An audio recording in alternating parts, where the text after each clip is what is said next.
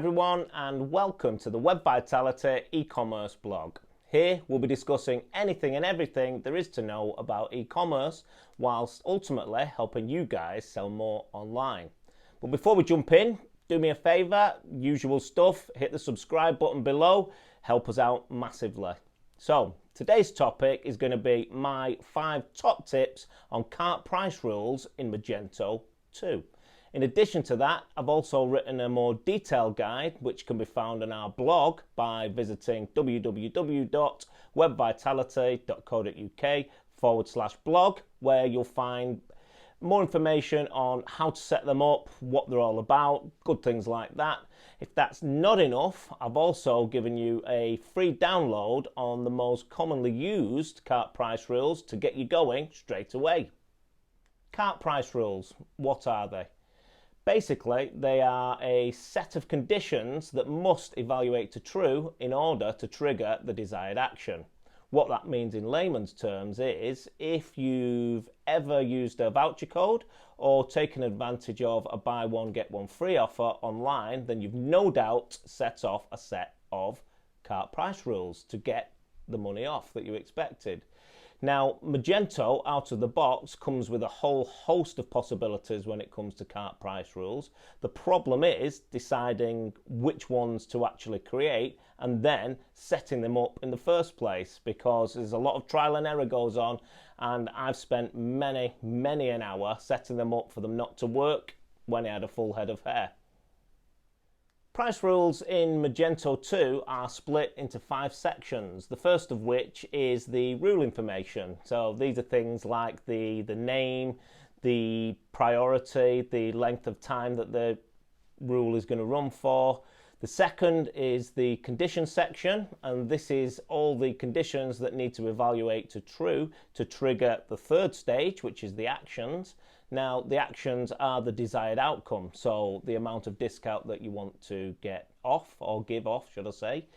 The fourth are the label sections, so these are what the rule is going to be called and what would be displayed at the cart section, so the user knows exactly how much they're getting off and what voucher code they've actually triggered. The last but by no means least is the manage coupon code section. So this is the section where you can generate lots of different voucher codes automatically for single time use. Why that would be useful is if you're running a Groupon campaign or something like that where you need to supply them loads of voucher codes that can be just used once, this is the place where you'd set them up. Not wanting to bore you all to death, here are my top 5 rules on setting up cart price rules and making everybody's life a whole lot easier.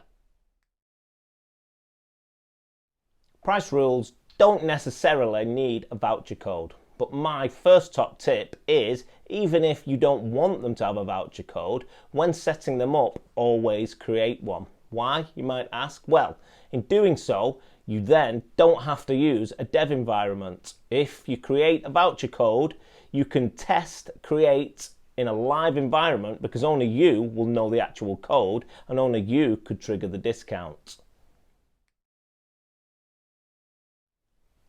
When setting up a condition, there's many different options, and there's one quick time saver which I think everybody would benefit from. When selecting the is condition, I would recommend always setting it to is one of rather than just is. Why? This is just because if you set it to is, everything must evaluate to true. So if you've got a product, for example, in multiple categories, for that condition to evaluate to true, the product must be in every single one of those categories. If you select is one of, then it only has to be in one of those categories. Now that might sound straightforward, but the amount of times that I forgot it, now I just end up doing it as a matter of course, just to save time, and you get the same outcome without the headaches. Another condition tip here for you now. When setting up conditions, if you've got 2 conditions, don't forget to trigger the second condition. Many a time again have I set up multiple conditions within the same condition. Always make sure that you click the very bottom green plus sign to set up a new condition if you don't want them all to evaluate to true all the time. Don't forget to turn the subsequent rules toggle to on. Why? Because it is possible for multiple rules to apply to the same product. And what you don't want to end up doing is giving away more discount than you actually need to for the sake of just switching a toggle to on. Don't make your rule names too similar, as this will make identifying them a lot harder when you've got multiple rules on the go. It's not so bad when you've got a few rules, but when there's a lot of them, giving them a decent naming convention will just make it easier for you to get to them quickly. So don't forget to hit the subscribe button below and go and visit our blog and grab yourself a detailed guide on cart price rules as well as the free download.